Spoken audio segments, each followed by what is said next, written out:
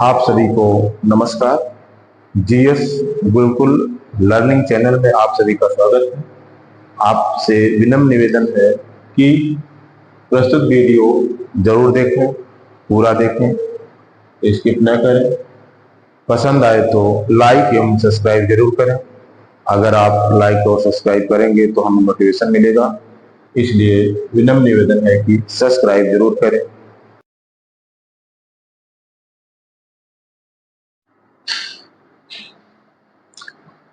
इसके बाद हम पढ़ेंगे गुप्त काल। गुप्त साम्राज्य का उदय 3री शताब्दी में प्रयाग के निकट कौशाम्बी में हुआ था। ठीक है। संभवतः गुप्त कुषाणों के सामंत थे। किसके सामंत थे? कुषाणों के ये सामंत थे। और इसके संस्थापक कौन थे? श्रीगुप्त। संस्थापक श्रीगुप्त थे, जिनका काल था 240 से 280। श्रीगुप्त संस्थापक और 240 से 280 ईस्वी। ठीक है, 240 से 280 ईस्वी श्रीगुप्त। और इनके उत्तराधिकारी थे घटोत्कच।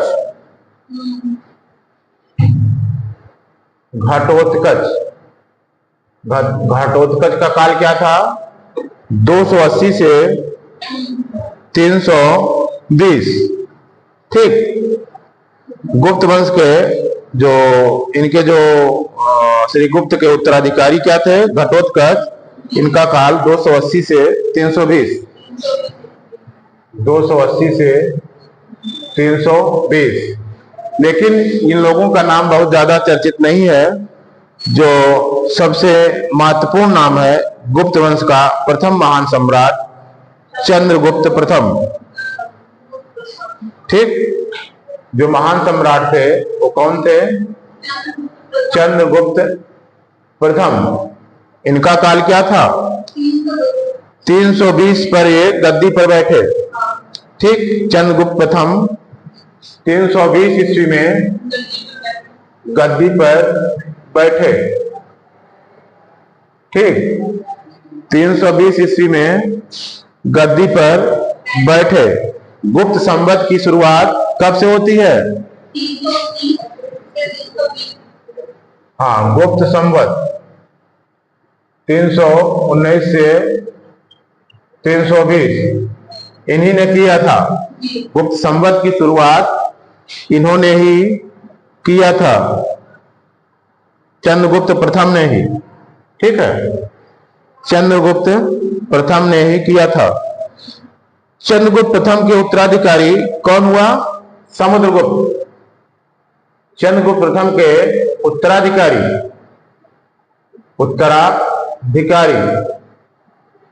कौन थे? समुद्रगुप्त। इन्हीं को भारत का नेपोलियन कहा जाता है। समुद्रगुप्त को ही कहा जाता है ना, समुद्रगुप्त। ये कौन थे? भारत के नेपोलियन। और चंद्रगुप्त के कुछ इन्होंने विवाह संबंधी इनके बारे में जानकारी मिलती है कि इन्होंने लिच्छवी राजकुमारी कुमार देवी से विवाह किया था। कौन किया था? चंद्रगुप्त प्रथम लिच्छवी राजकुमारी कुमार देवी से विवाह किया था। ठीक है, लिच्छवी राजकुमारी कुमार देवी से विवाह किया था और महाराजाधिराज की उपाधि धारण की थी।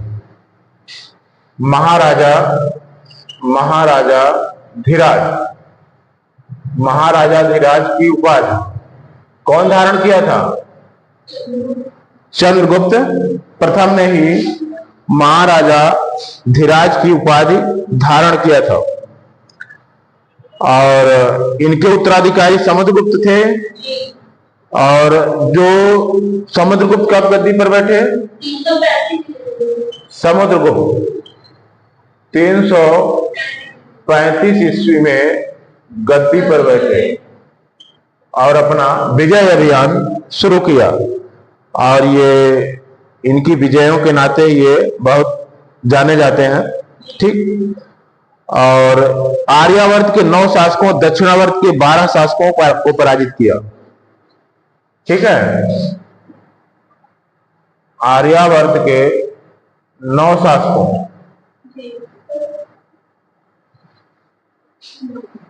और दक्षिणावर्त के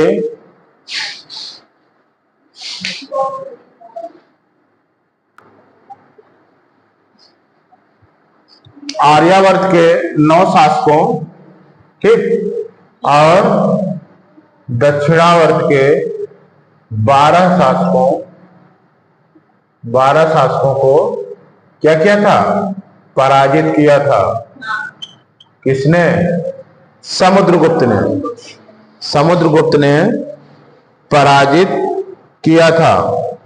इन्हीं विजयों के कारण इन्हें भारत का नेपोलियन कहा जाता है। विजयों के कारण ही ये क्या थे? भारत के नेपोलियन थे। ठीक। भारत के नेपोलियन थे समुद्रगुप्त। ठीक। इन्हें अश्वमेधकर्ता, विक्रमांक एवं परम भागवत की उपाधि धारण की थी। ठीक।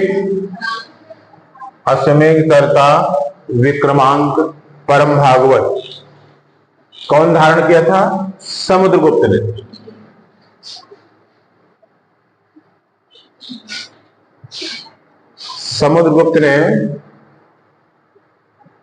समुद्रगुप्त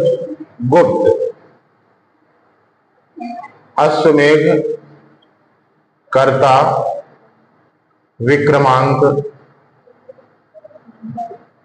और परम भागवत।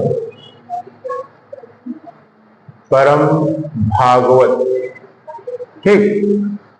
अश्वमेध कर्ता, विक्रमांक एवं परम भागवत की उपाधि धारण की थी। इन्हें कविराज भी कहा जाता है। किसको? इन्हीं को कविराज। इन्हें कविराज भी कहा जाता था। ठीक है। समुद्रगुप्त विष्णु के उपासक थे। ये विष्णु के उपासक थे। भगवान विष्णु के उपासक थे समुद्रगुप्त। ठीक। विष्णु के उपासक थे।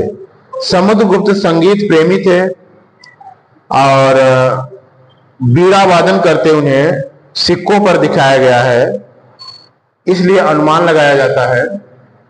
ठीक। सिक्कों पर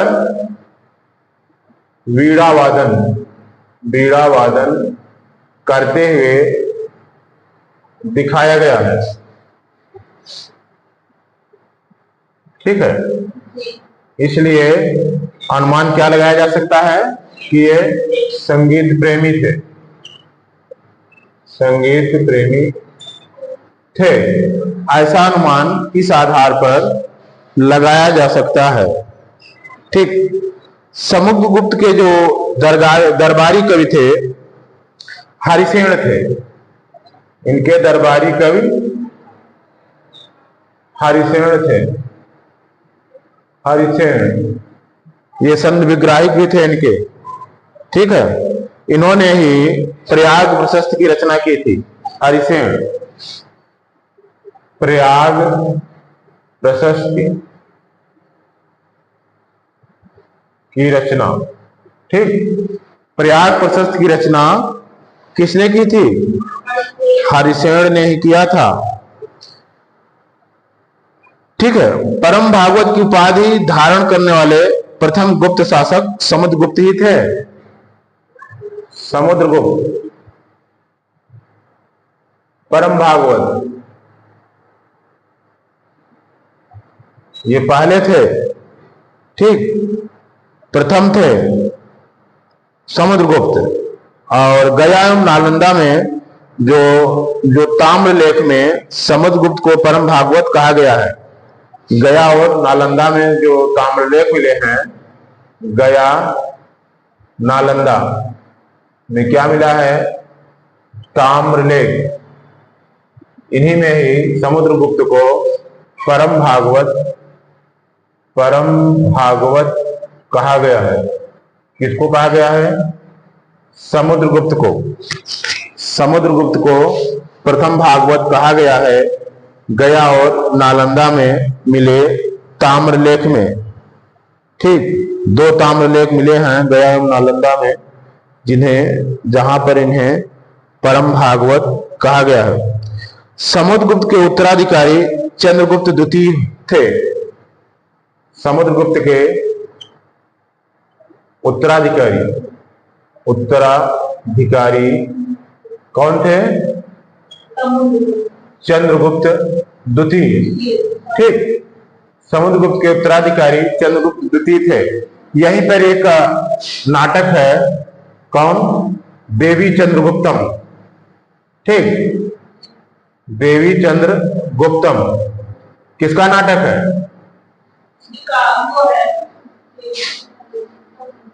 विशाखदत्त, है ना? देवी चंद्रगुप्तम एक नाटक है, इसी में रामगुप्त की ऐतिहासिकता मिलती है। ठीक, रामगुप्त संभवतः कौन था? रामगुप्त संभवतः चंद्रगुप्त का बड़ा भाई। तो इस नाटक के अनुसार यहां पर एक रामगुप्त नामक शासक का उल्लेख मिलता है, रामगुप्त। ठीक, और उस नाटक के अनुसार शक राजा आक्रमण करता है और रामगुप्त को हार का सामना करना पड़ता है। ठीक है, और संधि स्वरूप वो ध्रुव देवी को, इनकी पत्नी जो है रामगुप्त की, और उनके ले जाने की शर्त पर वो समझौता करता है। तो ये बात चंद्रगुप्त को बुरा लगता है और ये उसके भेष में जाते हैं। ठीक, और ध्रुव देवी के भेष में जाकर के उसकी हत्या कर देते हैं और यहीं से रामगुप्त की हत्या करके भी शासन पर अपना कब्जा जमा लेते हैं। तो यहीं से चंद्रगुप्त द्वितीय का शासन शुरू होता है, और ये थोड़े समय के लिए रामगुप्त था और ज्यादा समय के लिए रामगुप्त नहीं था। तो चंद्रगुप्त का शासन यहीं से शुरू हो जाता है। ठीक, तो यह है चंद्रगुप्त द्वितीय। ठीक, तो समुद्रगुप्त का उत्तराधिकारी हम अगर सीधे बात करें तो चंद्रगुप्त द्वितीय नहीं था, लेकिन सामान्यतः ये माना जाता है कि समुद्रगुप्त का उत्तराधिकारी चंद्रगुप्त द्वितीय था। ठीक, और वहां से चंद्रगुप्त द्वितीय की प्रसिद्धि शुरू होती है। चंद्रगुप्त द्वितीय ने विक्रमादित्य की उपाधि धारण की थी। चंद्रगुप्त द्वितीय ने किसकी उपाधि धारण की? चंद्रगुप्त द्वितीय ने विक्रमादित्य की उपाधि धारण की थी।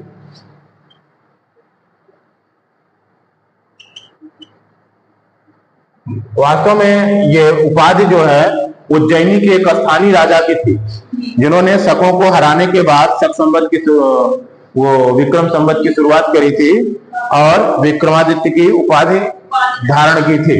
और ये वास्तव वहीं से ये लोकप्रिय उपाधि हो जाती है। और सबसे प्रसिद्ध विक्रमादित्य कौन थे? चंद्रगुप्त द्वितीय। ठीक, ये सबसे प्रसिद्ध विक्रमादित्य थे। तो यहीं से शुरू हो जाता है चंद्रगुप्त विक्रमादित्य की उपाधि यहां सबसे ज्यादा प्रसिद्धि पाती है। ठीक, फिर चंद्रगुप्त द्वितीय ने विक्रमादित्य की उपाधि धारण की थी। यह उपाधि इससे पूर्व 57 ईसा पूर्व में उज्जैन के शासक, जो स्थानीय शासक थे, उन्होंने शक क्षत्रपों पर विजय पाने के उपलक्ष्य में धारण किया था। ठीक, साब चंद्रगुप्त द्वितीय का राजकवि था। कौन? साब चंद्रगुप्त द्वितीय का राजकवि था।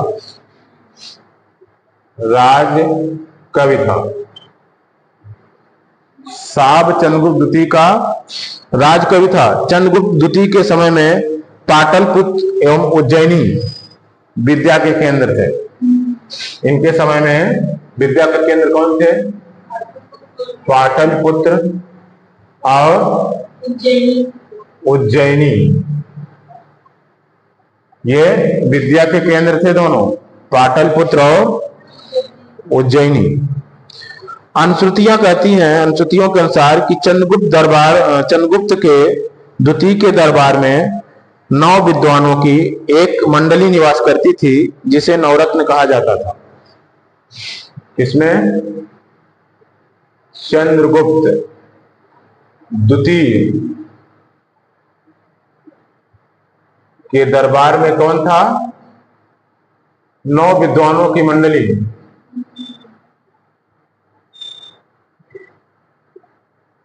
थी, 9 विद्वान थे। इन्हें क्या कहा जाता है? नवरत्न। नवरत्न यहीं से शुरू हुए, नवरत्न कहा जाता था इन विद्वानों को। और सभी विद्वान अपने अपने क्षेत्र के विशेषज्ञ हुआ करते थे। जैसे सबसे जो महत्वपूर्ण नाम है महाकवि कालिदास। पहले कौन थे?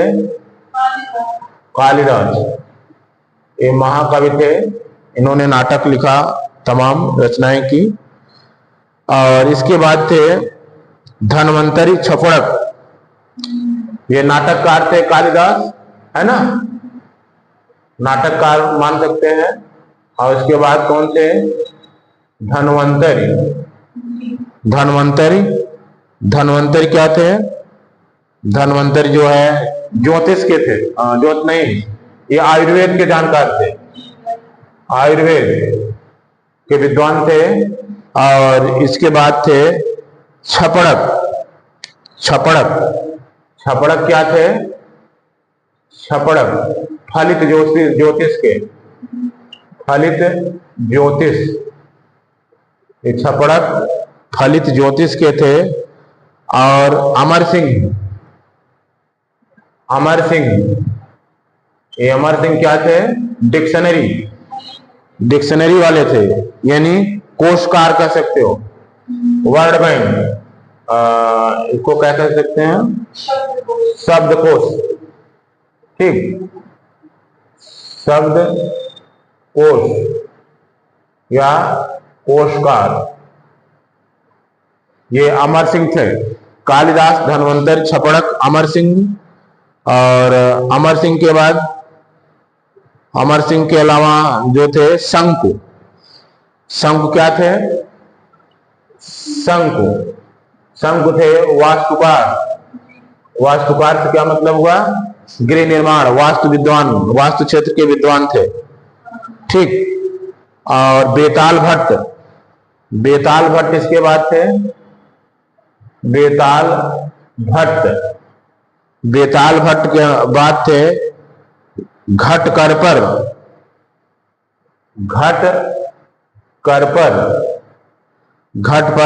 करपल के अलावा थे वाराह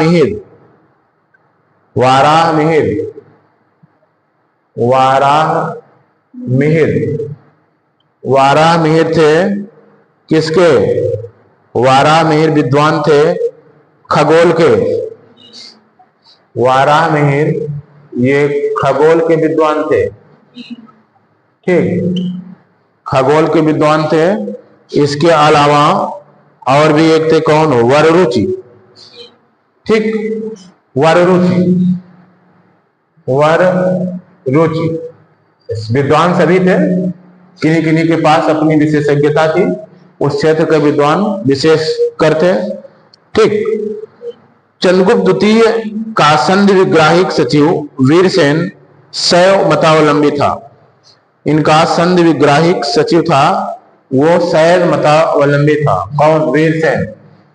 कौन था? वीरसेन।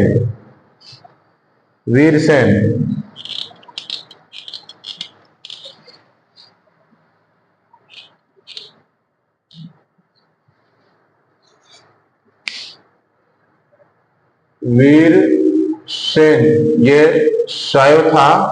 और क्या था पद इसका? संधि विग्राहिक। ठीक, संधि विग्राहिक था। और शैव मतावलंबी था। इनका चंद्रगुप्त का संध विग्राही। और शिव की पूजा के लिए उदयगिरी पहाड़ी पर एक गुफा का निर्माण कराया था इसी वीरसेन ने। कहां पर? उदयगिरी पहाड़ी पर एक गुफा का निर्माण कराया था। एक गुफा का किस लिए? शिव की पूजा के लिए। शिव की पूजा के लिए एक गुफा का निर्माण करवाया था। ठीक है। वीरसेन व्याकरण, न्याय मीमांसा एवं शब्द का प्रकांड पंडित एवं कवि भी था। ठीक। वीरसेन क्या था? वीरसेन व्याकरण, न्याय मीमांसा एवं शब्द का प्रकांड पंडित था। व्याकरण, न्याय मीमांसा एवं शब्द का प्रकांड पंडित था। प्रकांड पंडित, बहुत बड़ा विद्वान। पंडित मतलब विद्वान। ठीक। प्रकांड पंडित था और कवि भी था। ठीक है। कवि भी था वीरसेन। इनका संध विग्राहिक था। चंद्रगुप्त द्वितीय का उत्तराधिकारी कुमारगुप्त या गोविंद गुप्त होता है। चंद्रगुप्त द्वितीय का उत्तराधिकारी कौन था? हाँ, उत्तराधिकारी कुमारगुप्त प्रथम या गोविंद गुप्त था। ठीक। कुमारगुप्त प्रथम या गोविंद गुप्त था, जो 415 से 454 तक रहा। 415 से 454। ठीक। तो समुद्रगुप्त कब तक रहा? नहीं, समुद्रगुप्त नहीं, समुद्रगुप्त नहीं, चंद्रगुप्त द्वितीय। हाँ, चंद्रगुप्त द्वितीय 380 से 414 या 1500, क्योंकि 15 से हुआ जाता है ना। और इनके चंद्रगुप्त के पहले समुद्रगुप्त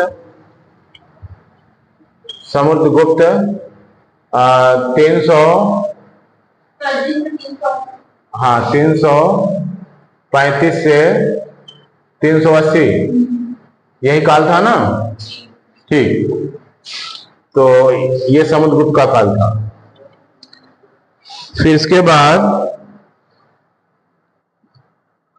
बाद नालंदा विश्वविद्यालय की स्थापना किसने करी थी? नालंदा विश्वविद्यालय की स्थापना नालंदा विश्वविद्यालय की स्थापना कुमारगुप्त ने किया था। कुमारगुप्त प्रथम। ठीक। किसने किया था? कुमारगुप्त प्रथम ने इनकी शुरुआत करी थी। कुमारगुप्त प्रथम का उत्तराधिकारी स्कंदगुप्त, ये 455 से 467 ईस्वी तक था। कुमारगुप्त का उत्तराधिकारी कौन था? स्कंदगुप्त। ये कब से कब था? 455 से 467 तक। 455 से 467 ईस्वी तक ये स्कंदगुप्त का काल था। 455 से 467 ईस्वी तक स्कंदगुप्त ने गिरनार पर्वत पर स्थित सुदर्शन झील का पुनरुद्धार कराया था। ठीक है। कहां पर? गिरनार पर्वत पर स्थित सुदर्शन झील का। स्कंदगुप्त ने गिरनार पर्वत पर उपस्थित सुदर्शन झील का पुनरुद्धार कराया था। स्कंदगुप्त किस पर? गिरनार पर्वत पर पर्वत की जो झील थी, सुदर्शन झील, सुदर्शन झील, इसका क्या कहा था? हाँ, जीर्णोद्धार या पुनरुद्धार। ठीक, इन्होंने इसका जीर्णोद्धार किया था, पुनरुद्धार किया था। स्कंदगुप्त ने कर्णदत्त को सौराष्ट्र का गवर्नर नियुक्त किया था। किसको?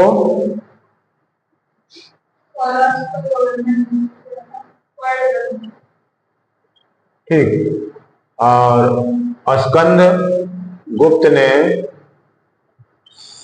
सौराष्ट्र का गवर्नर नियुक्त किया। किसको? कर्णदत्त को। कर्णदत्त को सौराष्ट्र का गवर्नर नियुक्त किया था।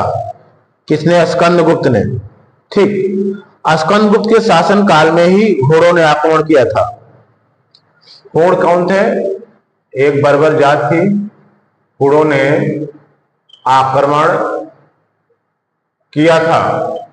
किसके समय में? स्कंदगुप्त के समय में। स्कंदगुप्त के समय में। कैसे पता चलता है? स्कंदगुप्त के समय में कैसे पता चलता है हुणों ने आक्रमण किया था? हुणों का आक्रमण के बारे में अभिलेखी स्कंदगुप्त के समय में हुणों का आक्रमण शुरू हो गया था। ठीक, शुरू हो गया था। स्कंदगुप्त के समय से ही हुणों का आक्रमण शुरू हो गया था। गुप्त अंतिम गुप्त शासक कौन था? अंतिम गुप्त शासक विष्णुगुप्त था। विष्णुगुप्त, अंतिम गुप्त शासक विष्णुगुप्त था। विष्णुगुप्त अंतिम गुप्त शासक था। ठीक है, और गुप्त शासक साम्राज्य की सबसे बड़ी प्रादेशिक इकाई देश थी। मान लीजिए गुप्त साम्राज्य है, गुप्त साम्राज्य। अब उनकी जो प्रादेशिक इकाई थी, प्रादेशिक इकाई, उसी को देश कहा जाता था। ठीक, अभी की भाषा में हम कहें तो उत्तर प्रदेश को हम प्रांत नहीं देश कहते। ठीक, उत्तर प्रदेश क्या था? प्रांत नहीं था, देश था। उस समय एक भाषा में मिलता। अब हम पढ़ेंगे गुप्त साम्राज्य की इकाई, है ना। गुप्त साम्राज्य की प्रादेशिक इकाई क्या थी? देश थी। ठीक, जैसे हम आज प्रदेश कहते हैं तो उस प्रदेश को तब देश के नाम से जाना जाता है, देश के रूप में जाना जाता था। मतलब प्रदेश ही देश था। आज का प्रदेश तब का देश था। जिसके शासक को गोप्ता कहा जाता था। यहाँ का जो शासक होता था, शासक गोप्ता। ठीक, मतलब कि जैसे आज राज्यपाल होता है, राज्यपाल, राज्यपाल और मुख्यमंत्री का संयुक्त रूप मान लीजिए। राज्यपाल तो वो होता है ना, केवल नाम का। तो लेकिन मुख्य प्रशासक क्या होता था? गोप्ता। ठीक, ये गोप्ता क्या था? देश का यानी इस राज्य का प्रादेशिक इकाई का शासक होता था। ठीक है, और दूसरी जो प्रादेशिक इकाई भुक्त या प्रांत थी। ठीक, एक दूसरी प्रादेशिक इकाई भुक्त या प्रांत थी जिसके शासक को ऊपरी कहा जाता था। दूसरी प्रादेशिक इकाई क्या थी? भुक्त या प्रांत, भुक्त या प्रांत थी, ये भी प्रादेशिक इकाई थी। ठीक है, दूसरी प्रादेशिक इकाई भुक्त या प्रांत थी, जिसके शासक को उपरिक कहा जाता था। उपरिक कहा जाता था, शासक को उपरिक कहा जाता था। ठीक है, भुक्त के नीचे कौन होता था? भुक्त के नीचे विषय था या जिला नामक प्रशासनिक इकाई होती थी, जिसके प्रमुख विषय पद होता था। अब ये भुक्त हो गया। अब भुक्त के नीचे क्या था? विषय, विषय या जिला। और इसके अधिकारी को क्या कहा जाता था? विषयपति, विषय पद। इसके अधिकारी को विषयपति कहा जाता था। ये जो विषय होता था उसके अधिकारी को विषयपति कहा जाता था। पुलिस विभाग के साधारण कर्मचारी को चाट या भाट कहा जाता था। पुलिस विधायक, जैसे आज कांस्टेबल को मान लीजिए, पुलिस अधिकारी को, जो पुलिस विभाग के साधारण कर्मचारी होते थे, पुलिस विभाग के साधारण कर्मचारी आज के कांस्टेबल से तुलना कर सकते हैं, इनको चाट भाट कहा जाता है।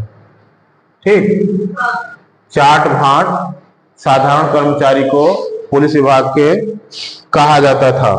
ठीक, और जो मुख्य अधिकारी था उसे दंडपाशिक कहा जाता था। पुलिस विभाग का मुख्य अधिकारी,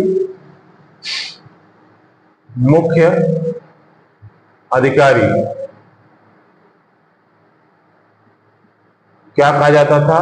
दंडपाशिक। ठीक, मुख्य अधिकारी को दंडपाशिक कहा जाता था। यह था गुप्त काल के कुछ इकाइयां। ठीक, तो इसी तरह अन्य भी इकाइयां थी। प्रशासन की सबसे छोटी इकाई ग्राम थी। ग्राम तो हमेशा ही रहा है, मौर्य में भी रहा है। प्रशासन की सबसे छोटी इकाई ग्राम। ठीक, प्रशासन की जो सबसे छोटी इकाई थी वो ग्राम थी। और ग्राम का मुखिया कौन होगा? ग्राम का मुखिया ग्रामीक, और एक अन्य सदस्य महात्तर भी होते थे। ग्राम का मुखिया ग्रामीक कहलाता था और एक अन्य सदस्य महात्तर भी होता था। ग्रामीक, एक तो ग्रामीक होता था, एक होता था महत्तर। ये भी ग्राम स्तर के ही थे, है ना? ग्रामीक और महत्तर। ग्राम समूहों की छोटी इकाई को पेट कहा जाता था। इसके अलावा कुछ ग्रामों का समूह हुआ करता था, कुछ ग्राम समूह। ठीक, ग्राम समूह की छोटी इकाई जो थी उसको क्या कहा जाता था? छोटी इकाई, इसको पेट कहा जाता था। ठीक, ग्राम समूह की जो मतलब गांव से जो ऊपर समूह बनता था उनको पेट कहा जाता था। गुप्त शासक कुमारगुप्त के दामोदरपुर ताम्रपात में भूमि बिक्री संबंधी अधिकारियों को क्रियाकलापों का भी उल्लेख है। मतलब कि भूमि बिक्री भी होते थे। भूमि बिक्री के क्रियाकलाप भी थे। ठीक, भूमि बिक्री और भूमि बिक्री ये दामोदरपुर ताम्रपात्र में इसका वर्णन है। दामोदरपुर ताम्रपत्र।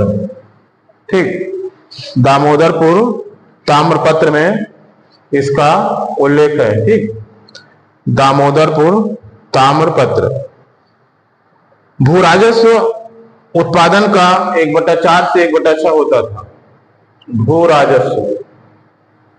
राजस्व उत्पादन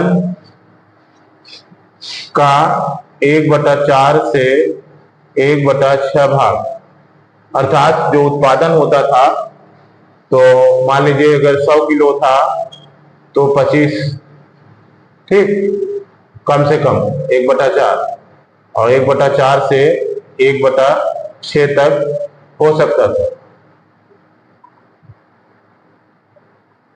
ठीक, 1/4 से 1/6 तक हो सकता था, ठीक है। और बलात् श्रम विष्टि राज्य के लिए आय का स्रोत माना जाता था। गुप्त काल में आय का स्रोत एक बलात् श्रम भी था। बलात् श्रम, बलात् श्रम, इसके लिए विष्टि शब्द का प्रयोग है। क्या? विष्टि। विष्टि राज्य के आय का एक स्रोत था, राज्य के आय का स्रोत था। विष्टि जो था राज्य के आय का स्रोत था। इसे जनता द्वारा दिया जाने वाला कर भी माना जाता था। ये जनता का कर भी समझो, बलात् श्रम कर भी था ये एक प्रकार का, ठीक, जनता का कर भी माना जाता था। आर्थिक उपयोगिता के आधार पर भूमियों की कुछ श्रेणियां हम बांट सकते हैं, ठीक है। आर्थिक उपयोगिता के आधार पर भूमियों की श्रेणियां,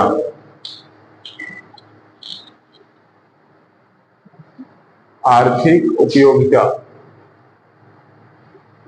आर्थिक उपयोगिता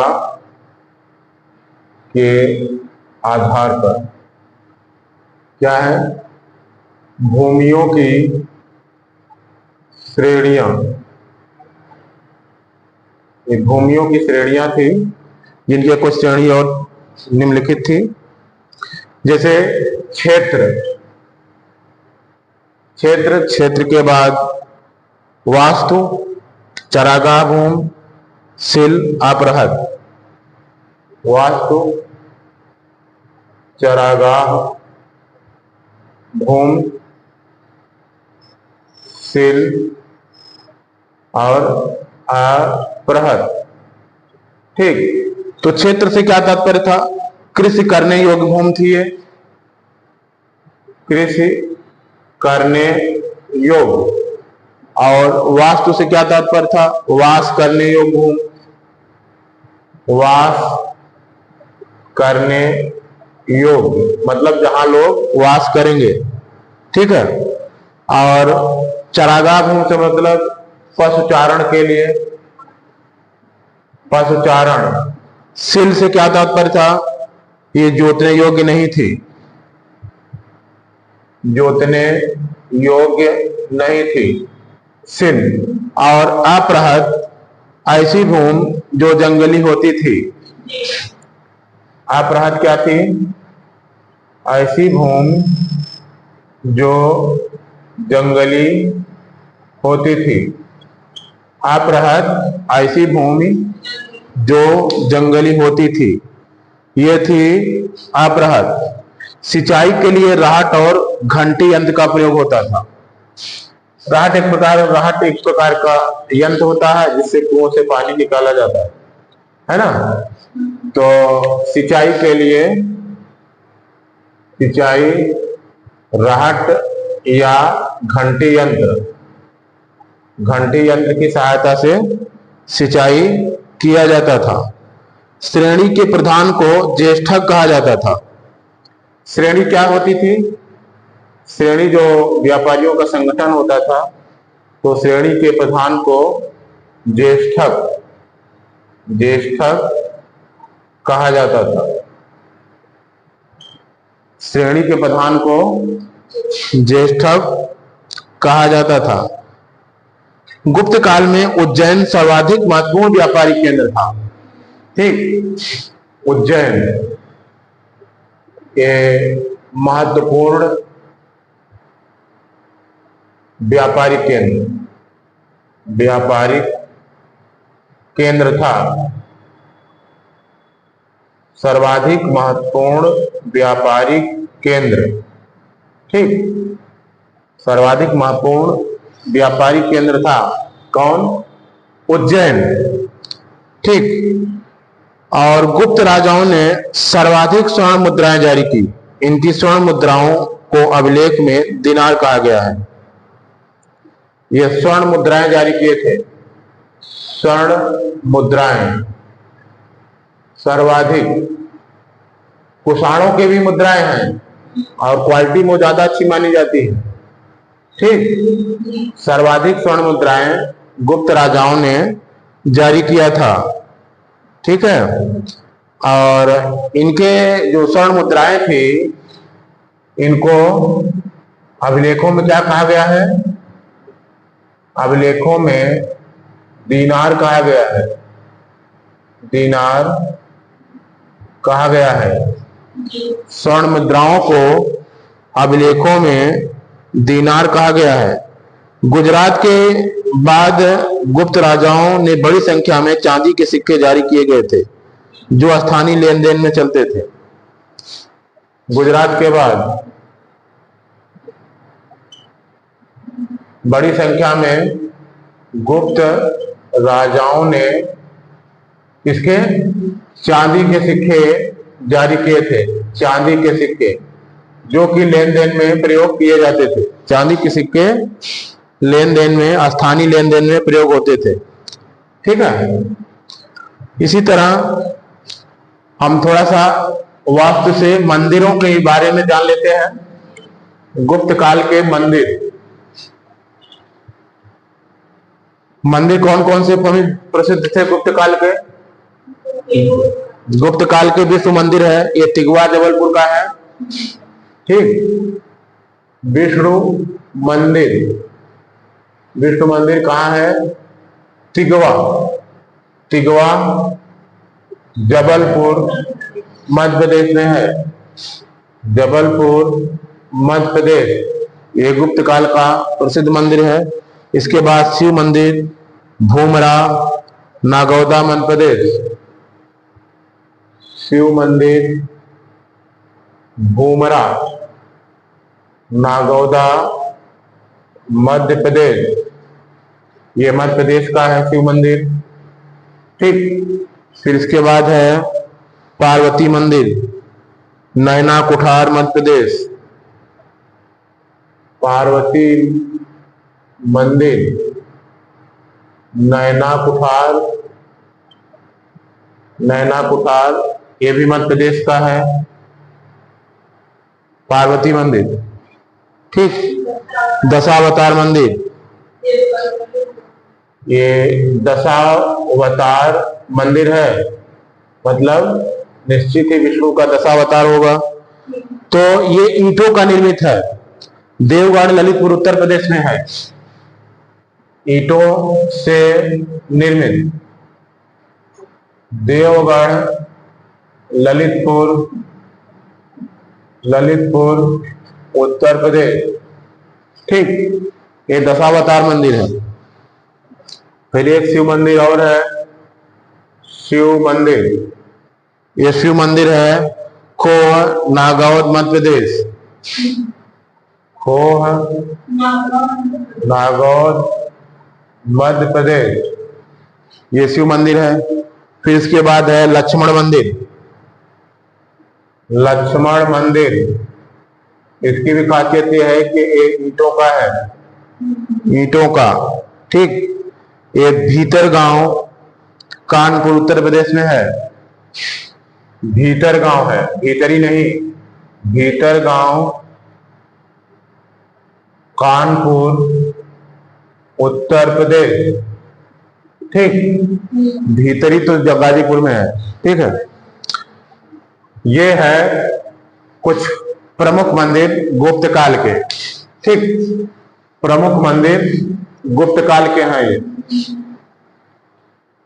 फिर इसके बाद कुछ और तथ्य हैं गुप्त काल से संबंधित, जैसे कायस्थों का सर्वप्रथम वर्णन याज्ञवल्क्य स्मृति में मिलता है। किसका? कायस्थों का। कहाँ मिलता है? याज्ञवल्क्य स्मृति में। अब सीधी सी बात है कि याज्ञवल्क्य स्मृति कब की थी? कायस्थों, वास्तव में कायस्थों की शुरुआत निकायों में, जो गुप्त काल में निकाय हुआ करते थे, उसमें कार्य करने वाले कर्मचारियों का समूह हुआ करता था। ठीक। और जात के रूप में कायस्थों का सर्वप्रथम वर्णन ओशनम स्मृत मिलता है। जात के रूप में कहां पर मिलता है? ओशनम स्मृत में। ओशनम स्मृत में जात के रूप में इनका नाम वर्णन मिलता है। विंध्य के जंगल में सबर जात के लोग अपने देवताओं को मनुष्य की मांस चढ़ाते थे। उस समय ऐसा था। पहली बार किसी के सती होने का प्रमाण, जो सती होने का जो प्राचीनतम अभिलेखी साक्ष्य है, सती होने का प्राचीनतम अभिलेखी साक्ष्य, अभिलेखीय साक्ष्य, ये कहां से पाया गया है? प्राचीनतम अभिलेखी साक्ष्य यह है एरण अभिलेख, जिसमें भोजराज की मृत्यु पर उसकी पत्नी के सती होने का उल्लेख है। एरण अभिलेख है, एरण अभिलेख, जिसमें भोजराज की जब मृत्यु होती है, भोजराज की मृत्यु और पत्नी के सती होने का उल्लेख है। सती होने का उल्लेख है, पत्नी के सती होने का उल्लेख है इसी में, एरण अभिलेख में। ठीक। गुप्त काल में वेश्यावृत्ति करने वाली महिलाओं को गड़िका कहा जाता था और कुछ वेश्याओं को कुट्टनी कहा जाता था। वेश्याओं को गड़िका, गड़िका शब्द आता है वेश्याओं के लिए, और कुछ को कुट्टनी भी कहा जाता था। ठीक। कुट्टनी और गड़िका। गुप्त सम्राट जो थे, ये वैष्णव धर्म के अनुयायी थे। किसके? वैष्णव धर्म के, वैष्णव धर्म के अनुयायी थे। वैष्णव मतलब भागवत धर्म का बाद का विकसित रूप। ठीक है। और गुप्तों ने इन्हें राजधर्म में भी बनाया था। गुप्तों ने वैष्णव को, गुप्तों ने राजधर्म भी बनाया था। ठीक। वैष्णव को राजधर्म भी गुप्तों ने बनाया था। और विष्णु का वाहन गरुड़ गुप्तों का राजकीय चिन्ह था। गुप्तों का राजकीय चिन्ह क्या था? गरुड़। गरुड़, जो कि हमारे जो भगवान विष्णु का वाहन माना जाता है। ठीक। गुप्तों का राज चिन्ह क्या था? राज चिन्ह गरुड़। गरुड़ क्या माना जाता है हिंदू परंपरा में? विष्णु का वाहन, मतलब विष्णु इसी पे चलते हैं। ठीक। तो ये गुप्तों का राज चिन्ह हुआ करता था। ठीक। और ये तो आपको पता ही है कि उनका जो धर्म था, राजधर्म था, वो वैष्णव था। गुप्त काल में वैष्णव धर्म संबंधी महत्वपूर्ण अवशेष देवगढ़ जिला ललितपुर का दशावतार मंदिर है। देवगढ़ का ये दशावतार मंदिर है ना, ये कहां पर है? ललितपुर। ललितपुर कहां है? उत्तर प्रदेश में है। ठीक। और ये बेतवा नदी के तट पर स्थित है। ठीक है। कौन सी नदी है? बेतवा नदी। बेतवा नदी के ही तट पर यह स्थित है। ठीक। अजंता में निर्मित कुल 29 गुफाओं में गुफा संख्या 16 एवं 17 गुप्तकालीन है। अजंता में कितनी गुफाएं हैं? कितनी? अजंता में टोटल तो 29 है, 29 गुफाएं हैं। ठीक है। और जिनमें अब तो 6 ही शेष हैं, 6 शेष हैं, लेकिन गुफा संख्या 16 एवं 17 गुप्तकालीन है। 6 शेष है और 16 17 ये गुफा संख्या ये गुप्तकालीन है जी। क्या 16 17 ठीक है, गुप्तकालीन है। इसमें गुफा संख्या 16 में एक मरणासन्न राजकुमारी का प्रशंसनीय चित्र है। 16 गुफा संख्या, ठीक। इसमें क्या है? मरणासन्न राजकुमारी, मरणासन्न राजकुमारी का एक प्रशंसनीय चित्र है, याद भी है, ठीक। कहाँ है? गुफा संख्या 16 में। गुफा संख्या 17 के चित्र को चित्रशाला कहा गया है। इस चित्रशाला में बुद्ध के जन्म, जीवन, महाभिनिष्क्रमण, महापरिनिर्वाण की घटनाओं से संबंधित चित्र हैं। 17 में क्या है? 17 ये चित्रशाला है, चित्रशाला। इसमें जो चित्र हैं ये बुद्ध के जीवन से संबंधित है। किसके? बुद्ध के जीवन से संबंधित, बुद्ध के जीवन से संबंधित हैं। और इसमें उनके विभिन्न जीवन के विभिन्न, जैसे जन्म, जीवन, महाभिनिष्क्रमण एवं महापरिनिर्वाण, जन्म, जीवन, महाभिनिष्क्रमण और महापरिनिर्वाण किससे संबंधित है? जन्म से है, जीवन से है, महाभिनिष्क्रमण से तात्पर्य जब उन्होंने गृह त्यागा था, महापरिनिर्वाण मतलब जब उनको निर्वाण मिला था, अर्थात उनकी मृत्यु हुई थी। ये सारे चित्र गुफा संख्या 17 में हैं, ठीक है। अजंता की गुफाएं बौद्ध धर्म के किस शाखा से हैं? हाँ, अजंता की गुफाएं बौद्ध धर्म के महायान शाखा से हैं। अजंता की गुफाएं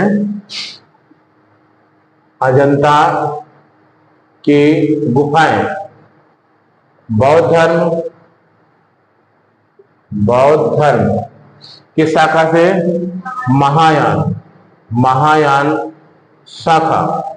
ये महायान शाखा की ये गुफाएं ये महायान शाखा से संबंधित हैं। गुप्त काल में निर्मित कुछ अन्य गुफाएं भी हैं, जैसे बाघ की एक गुफा है। बाघ की गुफा जो बाघ धार जिला मध्य प्रदेश में है। बाघ कहाँ है? बाघ की गुफा ये धार एक जिला है मध्य प्रदेश का। धार जिला मध्य प्रदेश में है, ठीक। धार जिला मध्य प्रदेश में है, ठीक है। धार और विंध्य पर्वत को काट कर बनाया गया। कैसे बनाया गया है? विंध्य पर्वत को काट कर, मतलब कि पत्थर को ही काट कर बनाया गया है। विंध्य पर्वत को काट कर बनाया गया है, ठीक है। कौन सी गुफा है? बाघ की गुफा, ठीक। गुप्त काल में विश्वकर्मा द्वारा लिखित पंचतंत्र संस्कृत भाषा में है, वो संसार का सर्वाधिक प्रचलित ग्रंथ माना जाता है। पंचतंत्र किस भाषा में है? संस्कृत में। किसने लिखा था? विश्वकर्मा, ठीक। और कब का है? गुप्त काल का। और संसार का सर्वाधिक क्या है? प्रचलित संसार का सर्वाधिक प्रचलित ग्रंथ है। ठीक, बाइबिल के बाद इसका स्थान दूसरा है। इसे 5 भागों में बांटा गया है। सर्वाधिक प्रचलित है। ठीक, बाइबिल के बाद दूसरा। ठीक, और इसे 5 भागों में बांटा गया है। मित्र भेद, मित्रलाप, संधि विग्रह, लब्ध प्रणास, अपरिच्छाकारित्व। आर्यभट्ट ने आर्यभट्टियम एवं सूर्य सिद्धांत नामक ग्रंथ लिखे थे। कौन लिखा था? आर्यभट्ट। आर्यभट्ट ने आर्यभट्टियम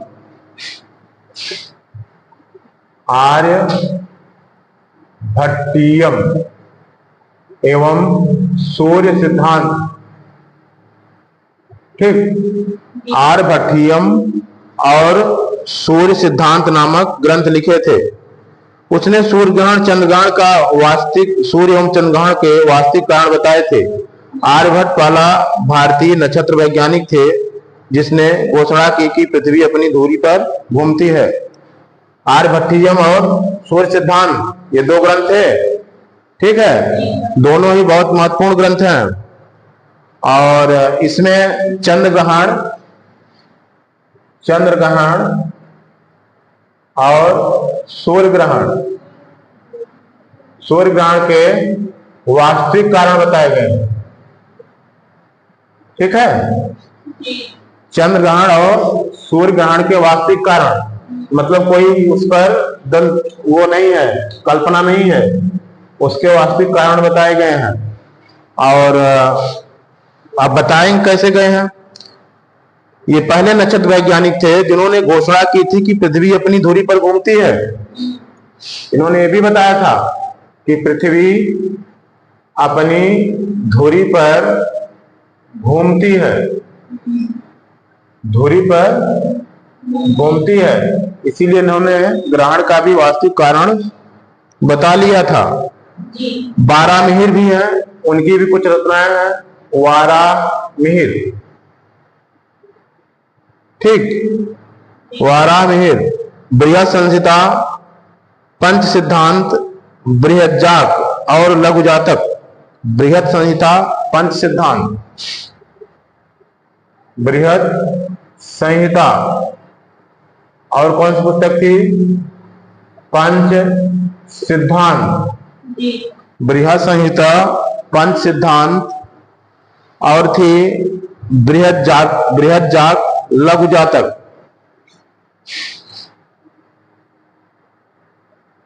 और लघु जातक ये किसकी रचनाएं थी? वाराहमिहिर की। ठीक है, बृहद संहिता में नक्षत्र विद्या, वनस्पति शास्त्र, प्राकृतिक इतिहास और भौतिक विषयों के बारे में चर्चा की गई है। किसमें? बृहद संहिता। बृहद संहिता में किसकी चर्चा है?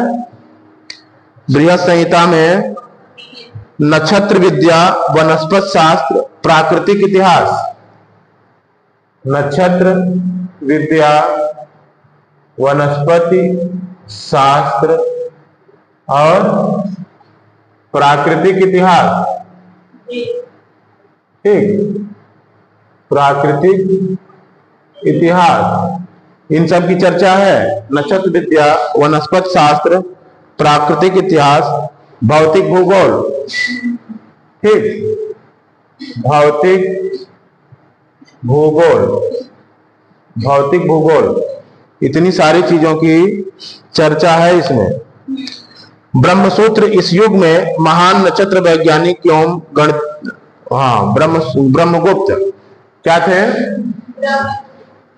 ब्रह्मगुप्त क्या थे? नक्षत्र वैज्ञानिक थे इसी युग के। ब्रह्मगुप्त नक्षत्र वैज्ञानिक थे। ब्रह्मगुप्त नक्षत्र वैज्ञानिक। ठीक, ब्रह्मगुप्त इस युग के नक्षत्र वैज्ञानिक और गणितज्ञ थे और न्यूटन के सिद्धांत की पूर्व कल्पना उन्होंने कर ली थी। ठीक है, नक्षत्र वैज्ञानिक थे और न्यूटन के नियम की पूर्व कल्पना की थी, गणितज्ञ भी थे। न्यूटन के नियम की पूर्व कल्पना की थी। पूर्व कल्पना किसने किया था? ब्रह्मगुप्त ने। ठीक है, और प्रकृति के एक नियम के अनुसार सभी वस्तुएं पृथ्वी की ओर गिरती हैं, क्योंकि पृथ्वी स्वभाव से ही सभी वस्तुओं को अपनी ओर आकर्षित करती है। ये उनकी कल्पना थी। ठीक है, संग्राहिणी सूत्र एक ब्रह्मांड संबंधी ग्रंथ है जिसकी रचना 12वीं शताब्दी में की गई थी, जिसमें ब्रह्मांड की रचना और आंतरिक बारे में अवधारणाएं शामिल है। गुप्त काल में पाल कंड ने पशु चिकित्सा हस्तायुर्वेद लिखा। नवनीतकम की रचना गुप्त काल में हुई थी। इस पुस्तक में नुस्खे, सूत्र, उपचार विधियां दी गई हैं। पुराणों की वर्तमान में रचना गुप्त काल में हुई। पुराणों की वर्तमान रूप में रचना कब हुई थी? हाँ, पुराणों का अंतिम लेख कब हुआ था? पुराणों का अंतिम लेख, अंतिम रूप जो था, ये अंतिम रूप मतलब वर्तमान रूप जो है ये गुप्त काल की है। ये एक प्रकार से इतिहास है। पुराण ऐतिहासिक रूप से लिखे गए हैं। ठीक, ऐतिहासिक परंपराओं का उल्लेख है। संस्कृत गुप्त राजाओं की शासकीय भाषा थी। संस्कृत क्या थी? हाँ, गुप्त राजाओं की शासकीय भाषा, शासकीय भाषा, भाषा इनकी शासकीय भाषा संस्कृत थी। ठीक, और गुप्त काल में चांदी के सिक्कों को रुपयका कहा जाता था। चांदी के सिक्के क्या कहे जाते थे? सिक्के, रुपयका। चांदी के सिक्के रुपयका कहे जाते थे। याज्ञवल्क्य, नारद, कात्यायन एवं बृहद स्मृतियों की रचना गुप्त काल में ही हुई थी। किसकी? याज्ञवल्क्य, नारद, कात्यायन और बृहस्पति। कात्यायन एवं बृहस्पति, ये सारी स्मृतियां जो हैं इनकी रचना कब हुई थी? गुप्त काल में। स्मृतियां क्या हैं? नियम कानून है ना। स्मृतियां नियम कानून है, इनकी रचना गुप्त काल में ही हुई थी। कौन कौन सी थी? याज्ञवल्क्य, नारद, कात्यायन, बृहस्पति जैसी स्मृतियां थी। मंदिर बनाने की कला का जन्म भी गुप्त काल में हुआ था। मंदिर कला ये भी गुप्त काल की है। मंदिर कला गुप्त काल की है। ठीक है, त्रिमूर्ति की अवधारणा का विकास भी गुप्त काल में हुआ था। ये भी सही बात है। त्रिमूर्ति, त्रिमूर्ति की अवधारणा ये भी गुप्त काल की है। गुप्त काल की त्रिमूर्ति भी है। ठीक, त्रिमूर्ति की अवधारणा भी गुप्त काल की है। और इसी तरह गुप्त का वंश के शासकों ने मंदिर एवं ब्राह्मणों को सबसे अधिक ग्राम अनुदान में दिया था। ठीक, मंदिरों को, किसको? मंदिरों को और ब्राह्मणों को, ब्राह्मणों को सबसे ज्यादा ग्राम अनुदान, ग्राम अनुदान मंदिरों को और ब्राह्मणों को सबसे ज्यादा ग्राम अनुदान कब दिया गया था? गुप्त काल में। यहाँ पर ग्राम अनुदान से ये मतलब है कि जो ग्राम का राजस्व है वो जिसको अनुदान दिया जाता था, ठीक है, वही लेता था। ठीक, जिसको दान दिया जाए ये वही राजस्व लेने से संबंधित था। ठीक, गुप्त काल में लौकिक साहित्य की सर्जना के लिए स्मरणीय है। लौकिक साहित्यों की भी रचना गुप्त काल में बहुत हुई थी। लौकिक साहित्य, लौकिक साहित्य मतलब पारलौकिक नहीं, वहां कल्पना का विषय। लौकिक साहित्य में लौकिक ही होता था। ठीक, जो भास के नाटक इसी काल के हैं। ठीक है, शूद्रक का लिखा मृगच्छ कटिकम, भास के 13 नाटक इसी काल के हैं। भास के नाटक है। और शूद्रक, शूद्रक क्या है? मृगच्छ कटिकम, मृगच्छ कटिकम इसी काल का है। शूद्रक का जो नाटक है मृगच्छ कटिकम, माटी के खिलौना गाड़ी जिसमें निर्धन ब्राह्मण के साथ वेश्या का प्रेम वर्णित है, प्राचीन नाटकों में सर्वोत्कृष्ट माना जाता है। और देवी चंद्रगुप्तम, ये विशाख दत्त का नाटक है। देवी चंद्र गुप्तम, देवी चंद्र गुप्तम, ये भी किसका नाटक है? विशाख दत्त का। ठीक, देवी चंद्रगुप्तम विशाख दत्त का नाटक है।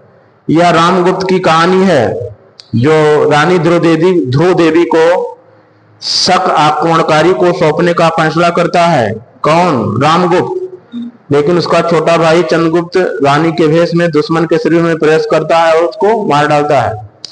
फिर कालिदास की अभिज्ञान शाकुंतलम, अभिज्ञान शाकुंतलम, ये राजा दुष्यंत और शकुंतला पर है। कालिदास का क्या है? हाँ, कालिदास अभिज्ञान शाकुंतलम, ये दुष्यंत और किस पर है? शकुंतला पर। ठीक, हाँ।